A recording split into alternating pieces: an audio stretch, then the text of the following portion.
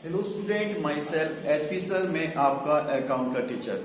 बच्चों, हम आज फाइनल अकाउंट के बारे में बात करेंगे कि फाइनल अकाउंट क्या होता है।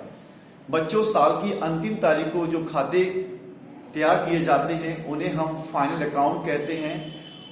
उन फाइनल अकाउंट में कौन कौन से अकाउंट इंक्लूड किए जाते हैं? बच्चों, फाइनल अकाउंट में 3 अकाउंट इंक्लूड किए जाते हैं। पहला ट्रेडिंग अकाउंट, जिसे हम व्यापारिक खाता कहते हैं। तो दूसरा हमारा P&L अकाउंट यानी प्रॉफिट एंड लॉस अकाउंट, जिसे हम लाभानी खाता कहते हैं। और तीसरा हमारा होता है बैलेंस इन यानी चिट्ठा, जिसे कि आप अंतिम खाता भी कहते हैं। अब बच्चों, ये कैसे तैयार किए जाते हैं? बच्चों, आपने देखा था कि जितने भी लीजर के बैलेंस थे उन बैलेंस को आपने कहां शो किया था? ट्रायल बैलेंस में जाके आपने लिख लिया था, एक डॉक्यूमेंट्स में जाके।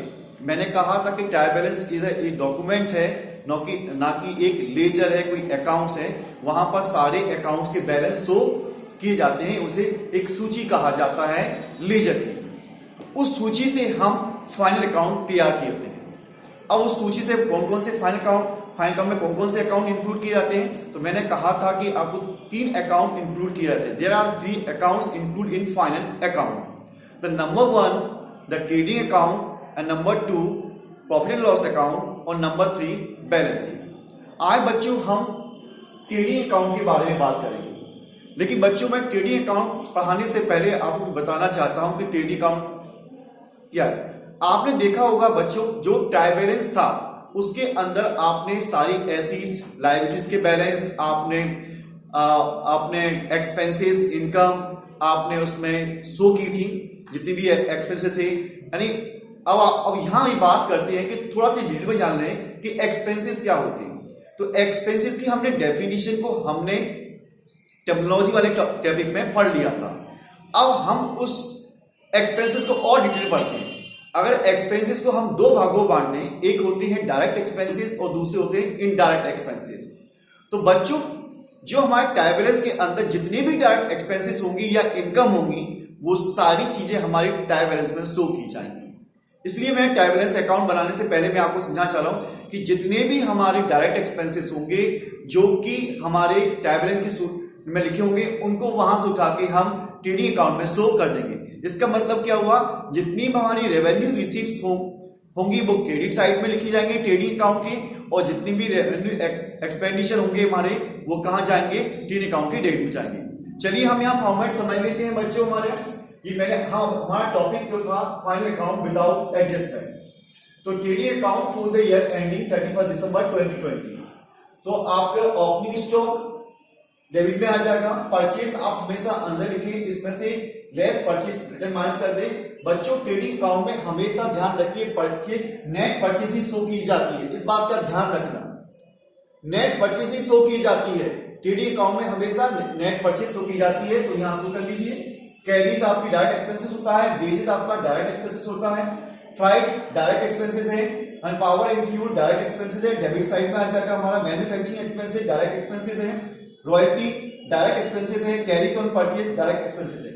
ये हमारी रेवेन्यू रिसीट हो गई। सेल्स में से सेल्स रिटर्न माइनस कर दिया। तो ये मैंने यहां भी कहा था, जब भी ट्रेड अकाउंट क्रेडिट में लिखे हो तो हमेशा नेट सेल्स ही लिखी जाती है, वो आ जाएगा। क्लोजिंग स्टॉक आ गया। अगर हमारा डेबिट में बैलेंस आ रहा है तो ग्रॉस प्रॉफिट कहलाएगा, वो ट्रांसफर टू P&L अकाउंट में कहां जाएगा? क्रेडिट साइड में शो हो जाएगा। और यदि लॉस है तो P&L अकाउंट कहां चला जाएगा? डेबिट साइड में शो हो जाएगा। बच्चों, मैं यहां पर कुछ और डिटेल में ये बताना चाहता हूं कि ट्रेडिंग अकाउंट बनाने के बाद आप कौन सा अकाउंट तैयार करेंगे? P&L अकाउंट तैयार करेंगे। तो सबसे पहले आपका ट्रेडिंग अकाउंट बहुत अच्छी तरह से तैयार हो जाना चाहिए। अगर ट्रेडिंग अकाउंट में कोई मिस्टेक है तो आप we can't perfectly P&L account. अब आता है कि सर P&L अकाउंट में क्या जाएगा? तो P&L अकाउंट में हम इनडायरेक्ट एक्सपेंसेस और इनकम को शो करते हैं। अब ये भी हमने टेक्नोलॉजी में पढ़ लिया अच्छे से कि इनडायरेक्ट एक्सपेंसेस कौन से होती है और इनकम कौन सी होती है। तो उसके बारे में हम नेक्स्ट वीडियो में बात करेंगे। अभी आपको सिर्फ इतना जानना है कि ट्रेडिंग अकाउंट में कौन कौन से आपके डेबिट साइड में शो किए जाते हैं, वो खर्चे होंगे, और कौन सी इनकम होती है। अब बच्चों, यहां पर एक छोटा सा नोट समझ लीजिए। मैंने आपको बताया था कि यदि क्लोजिंग स्टॉक, ये आपका क्लोजिंग स्टॉक दिया हुआ है, अगर इसे परचेस में से माइनस कर दिया गया हो तो हमारी क्या बन जाती है, एडजस्ट परचेस हो जाती है। और एडजस्ट परचेस का मैंने फॉर्मूला क्या बताया था कि opening stock plus purchase minus closing stock. तो इसका मतलब ये हो गया कि आप अगर एडजस्ट परचेस यहां ले रहे हैं तो ध्यान रखना ओपनिंग स्टॉक परचेस और क्लोजिंग स्टॉक शो नहीं किया जाएगा टीडी अकाउंट में, इस बात का ध्यान रखिए। ऐसे ही कॉस्ट ऑफ गुड्स सोल्ड आ जाता है टीडी अकाउंट में और वो डेबिट साइड में शो हो जाएगा, तो उसमें क्या इंक्लूड रहता है, opening stock plus purchase plus direct expenses और माइनस क्लोजिंग स्टॉक। तो आप ये ध्यान रखिए कॉस्ट ऑफ गुड्स सोल्ड ले लिया है तो वो भी आप यहां पर उन आइटम को इंक्लूड ना करें ट्रेड अकाउंट में, ओपनिंग स्टॉक प्लस परचेस और plus direct expensive minus closing stock. बस आप सीधी क्या लिखे, कॉस्ट ऑफ गुड्स सोल्ड लिखे और सीधा आप यहां पर सेल्स लिखे, सेल्स में से कॉस्ट ऑफ गुड्स सोल्ड निकाल माइनस कर दे तो आपका ग्रॉस प्रॉफिट आपका आंसर आ जाएगा। इस बात का ध्यान रखना है। ठीक है, आपको यहां तक आज ट्रेडिंग अकाउंट के बारे में समझ में आ गया। नमस्कार, जय हिंद।